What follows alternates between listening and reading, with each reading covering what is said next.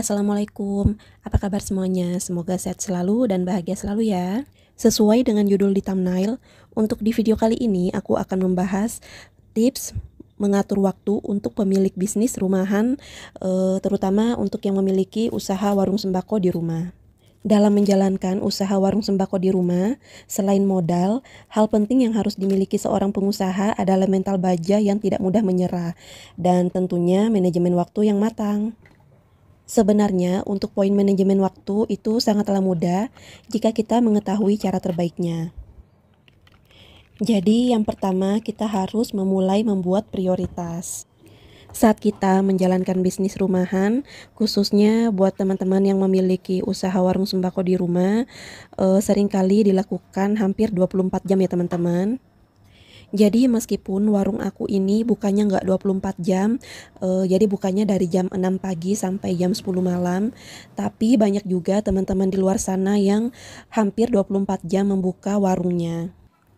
Hal tersebut membuat pekerjaan lain akan terbengkalai. Oleh sebab itu, penting banget ya teman-teman untuk membuat skala prioritas. Jadi sebisa mungkin setelah sholat subuh itu langsung membuat sarapan, karena pagi-pagi juga kita membutuhkan energi untuk menjalankan aktivitas seharian. Nah, buat teman-teman yang juga memiliki pekerjaan secara online, sebisa mungkin itu dicatat ya, pisahkan antara pekerjaan online dan pekerjaan bisnis rumahan, dan dibuatkan juga skala prioritasnya. Lakukan pekerjaan mulai dari yang paling penting atau yang diprioritaskan paling atas. Kemudian yang kedua, disiplin dan tidak menunda pekerjaan. Sebagai pemilik usaha warung sembako di rumah, pemilik bisnis atau pemilik usaha itu harus membiasakan diri untuk lebih disiplin dalam menyelesaikan tugasnya.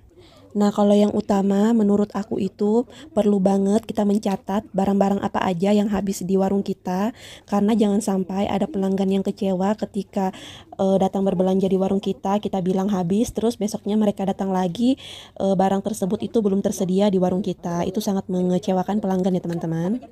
Jadi kita perlu memantau warung sembako secara berkala dan tidak menunda-nunda pekerjaan, karena kebiasaan menunda dapat menyebabkan rasa malas yang tidak bagus untuk menjalankan sebuah bisnis, terutama teman-teman yang hanya memiliki satu mata pencaharian. Lanjut, yang ketiga itu kita harus membuat jadwal. Sebenarnya buat teman-teman yang udah disiplin dari dulu, untuk mencatat ini nggak terlalu penting, tapi kalau buat teman-teman yang baru berusaha untuk disiplin atau konsisten, itu perlu banget ya kita melatih diri, jadi harus membuat jadwal. Karena melalui catatan akan lebih mudah untuk kita mengatur waktu kegiatan dari bangun tidur hingga tidur lagi. Karena mencatat-catat jadwal kegiatan ini sama pentingnya seperti mengelola keuangan yang masuk dan keluar. Dan waktu 24 jam itu harus bisa dibagi-bagi untuk kegiatan penting bisnis lainnya. Misalnya kita pulaan, atau kita juga bisa memprediksikan kapan pekerjaan selesai dan kapan waktunya kita harus pulaan lagi. Tips yang keempat, kita harus menghargai waktu. Waktu adalah hal penting yang sangat berpengaruh pada bisnis.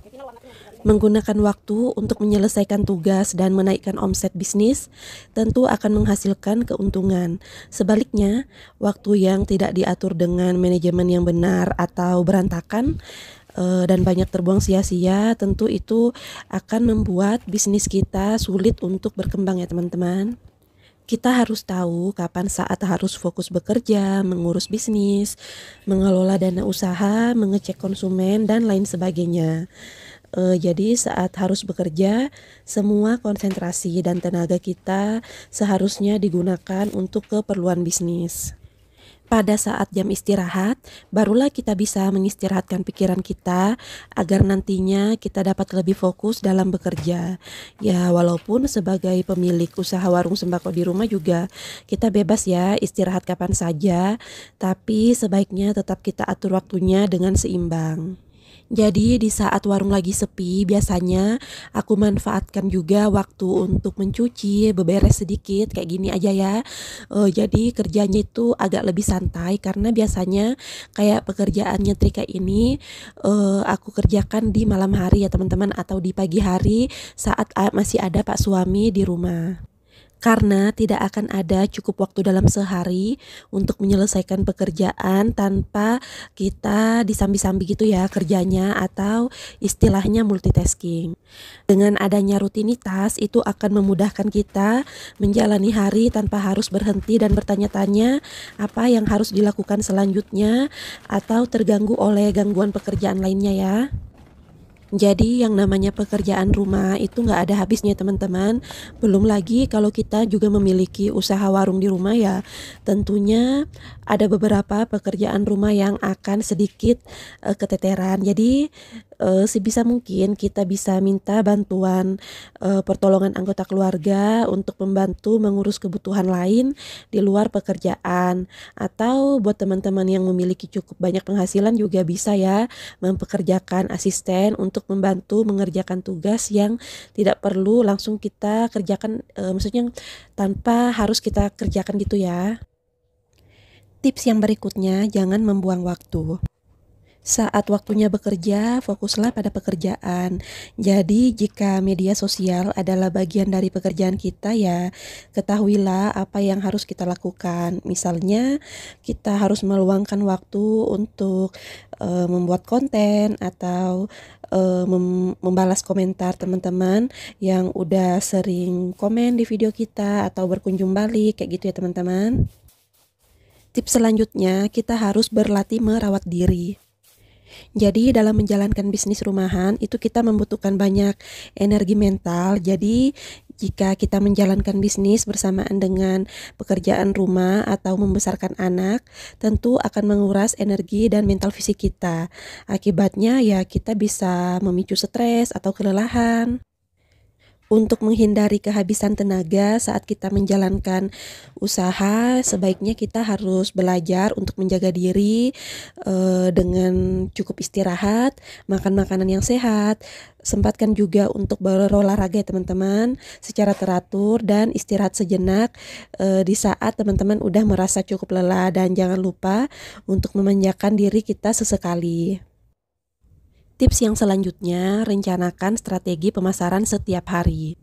Kesuksesan bisnis usaha warung sembako di rumah ya bergantung pada hasil penjualan barang atau produk apa yang kita tawarkan, tapi orang itu tidak akan tahu apa saja yang kita jual kalau kita tidak mempromosikannya. Dan yang terakhir, tips untuk fleksibel. Meskipun terdapat daftar tugas dan kegiatan, tapi tetap ingat juga ya teman-teman, jangan hanya karena ingin lebih cepat selesai membuat kita memporsir diri dan bekerja keras tanpa mengingat waktu. Sesekali bolehlah kita sedikit fleksibel. Jika kita merasa lelah, maka kita harus istirahat. Selanjutnya, jika tugas hari ini sudah selesai ya harus berhenti. Jangan memaksakan diri untuk menyelesaikan tugas hari esok di hari ini. Karena kalau kita terlalu memaksakan diri untuk menyelesaikan semua tugas di hari ini, itu akan membuat kita tidak akan bersemangat di hari esoknya. Baiklah teman-teman, sampai sini dulu ya videonya. Semoga apa yang aku sharing ini bisa menjadi penyemangat atau motivasi buat teman-teman yang juga ingin menjadi pengusaha besar dan sukses. Amin.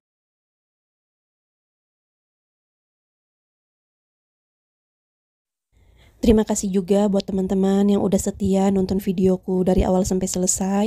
Mohon maaf kalau aku ada salah kata dan perbuatan di video ini. Sampai jumpa di video berikutnya. Wassalamualaikum warahmatullahi wabarakatuh.